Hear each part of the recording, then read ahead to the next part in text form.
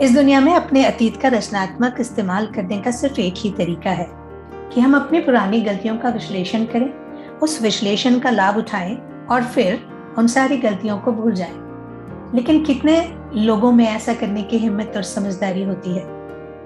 हम में से ज्यादातर लोग ये करते हैं कि पुरानी गलतियों को बार बार याद करते हैं, दुखी होते हैं, परेशान होते हैं, खुद को कोसते हैं, दूसरों को कोसते हैं और हमेशा ये सोचते रहते हैं कि ऐसा किया होता तो ऐसा होता। यानी आरी से बुरादे को चीरने की कोशिश करते रहते हैं।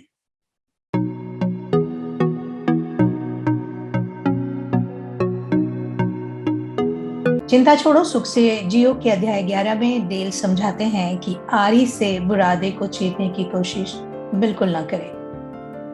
अपने खुद के अनुभव के बारे में डेल बताते हैं कि जब उन्होंने वयस्क शिक्षा में बड़े पैमाने पर काम शुरू किया, कई शहरों में शाखाएं खोली, बहुत सारे विज्ञापनों में जमकर खर्च किया, लेकिन पढ़ाने में इतने व्यस्त हो गए कि हिसाब किताब की तरफ ध्यान ही नहीं दिया। वो कहते हैं कि मैं इतना मूर्ख था कि मुझे यह एहसास ही नहीं था कि खर्च पर निगाह रखने के लिए मुझे एक योग्य बिजनेस मैनेजर की जरूरत थी।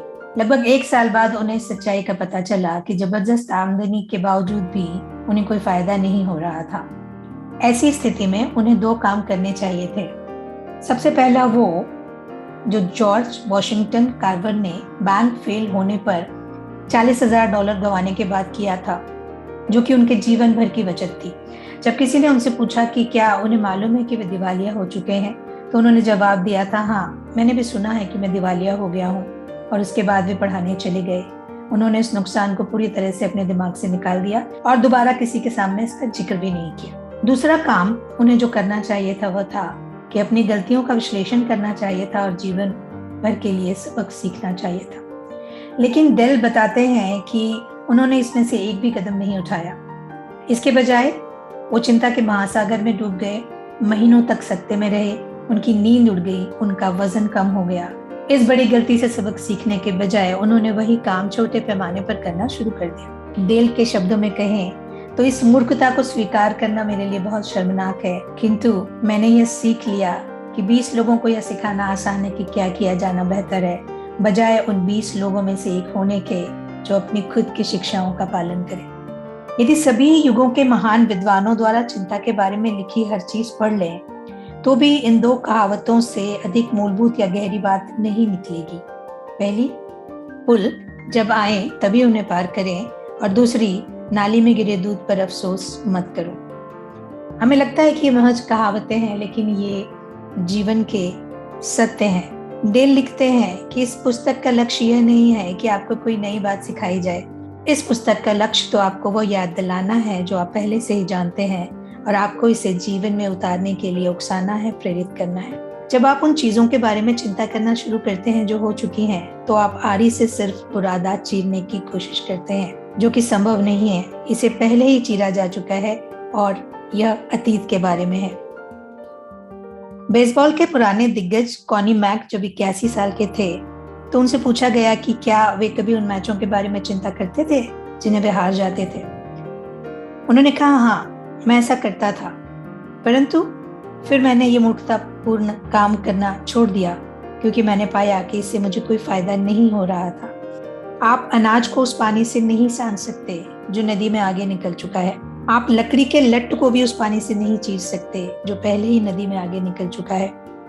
हाँ, यदि आप ऐसा करते रहेंगे तो आप अपने चेहरे पर झुर्रियां और पेट में अल्सर को जरूर निमंत्रित कर सकते हैं। शेक्सपियर को हम सब जानते हैं और मानते भी हैं, तो ये सलाह उन्हीं की है कि बुद्धिमान व्यक्ति कभी बैठकर अपने नुकसान पर विलाप नहीं करते, बल्कि खुशी खुशी यह सोचते हैं कि किस तरह नुकसानों को सुधारा जा सकता है। जब हम इतिहास और जीवनियां पढ़ते हैं तथा मुश्किल परिस्थितियों में लोगों के व्यवहार को स्टडी करते हैं, तो लगातार आश्चर्य होता है कि कई लोगों में अपनी चिंताओं और दुखों को मिटाने की योग्यता होती है और वे काफी सुखी जीवन बिताते हैं।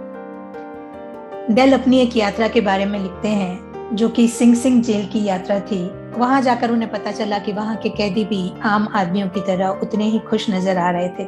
जब इस बारे में उन्होंने जेल के जेलर लुइस ई लॉर्ड से पूछा, तो लुइस ने बताया कि अपराधी सिंग सिंग जेल में आते हैं तो पहले तो वे द्वेष और कटुता से भरे होते हैं, परंतु कुछ महीनों के बाद ज्यादातर समझदार कैदी अपने जीवन की स्लेट से दुर्भाग्यों को मिटा देते हैं और जेल के जीवन को शांति से स्वीकार कर लेते हैं, इसका पूरा आनंद लेने लगते हैं। लॉज में एक कैदी जो कि माली का काम करता था, जो जेल के भीतर सब्जियां और फूल उगाता था, काम करते वक्त वो गाता था कि एक बार जब किसी उंगली ने लिख दिया है और लिखने के बाद वो आगे बढ़ गई है, तब आपकी सारी बुद्धि और निष्ठा भी उस आधी पंक्ति को काटने के लिए विवश नहीं कर सकती, और न ही आपके सारे आंसू इसे लिखे एक शब्द को भी धो सकते हैं। तब आंसू बहाने से फायदा क्या है?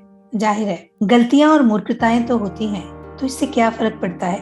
गलतियां और मूर्खताएं किससे नहीं होती? यहाँ तक कि नेपोलियन भी अपने 1/3 युद्ध हार गया था। हमारा स्कोर नेपोलियन के स्कोर से खराब तो नहीं होगा।